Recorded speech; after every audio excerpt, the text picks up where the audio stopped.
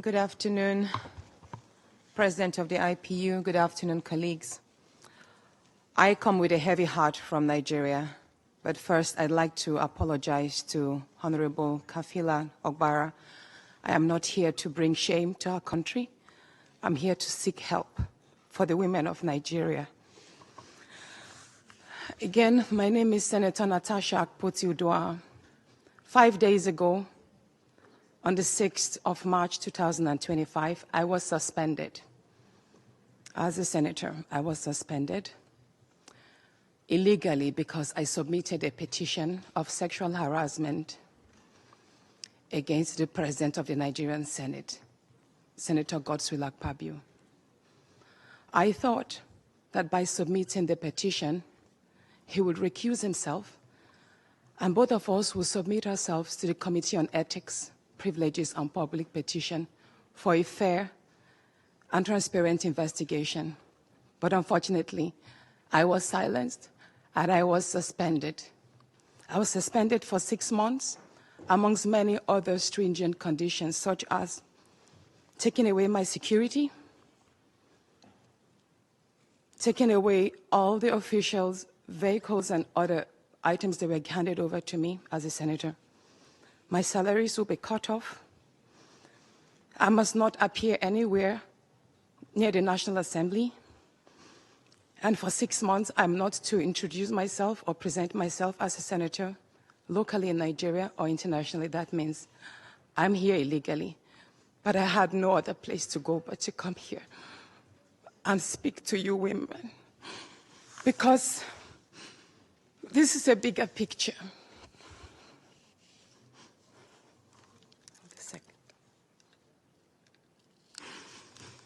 This is a bigger picture. It depicts the crisis of women political representation.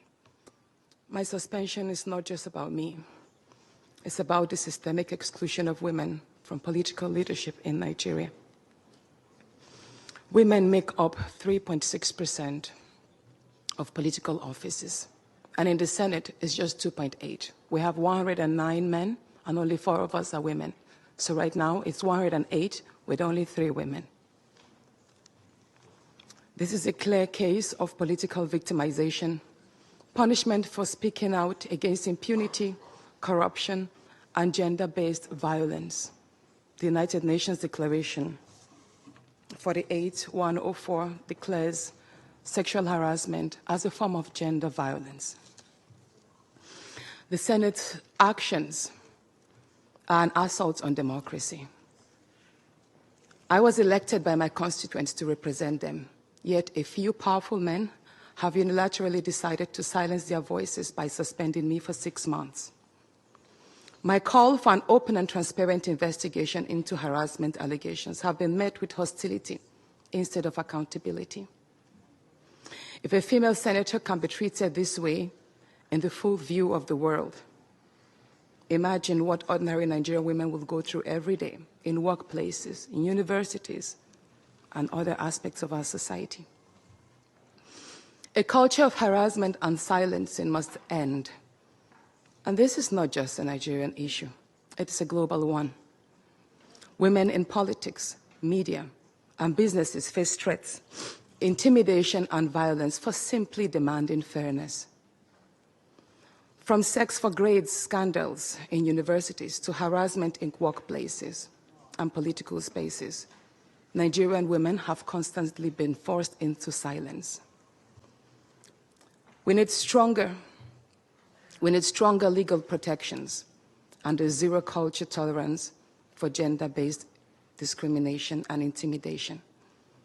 My call to the international community is such that the world must not stay silent as democracy and women's rights are rolled back in Nigeria. I call on human rights organizations, women movements, and democratic institutions to hold the Nigerian Senate accountable. Nigeria needs global partners to push for women's political inclusion, safety, and protection from political harassment. You may ask, what are my next steps?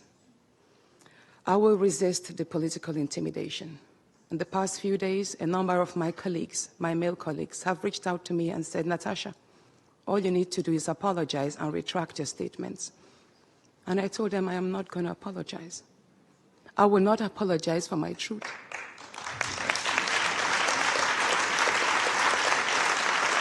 Thank you. Thank you. And I told them that I will stand the 6-month suspension, and the very first day I return, I will represent my petition on sexual harassment. And I will continue doing so until there is a fair and transparent investigation. I will fight, thank you. I will fight this injustice and continue to represent my constituents, whether the Senate wants to hear me or not. I will work with women's group, civil society, and legal teams to ensure that this unconstitutional suspension is quashed. This is bigger than me. This is about ensuring that no other woman in politics or public office will ever be silenced again. Thank you so much.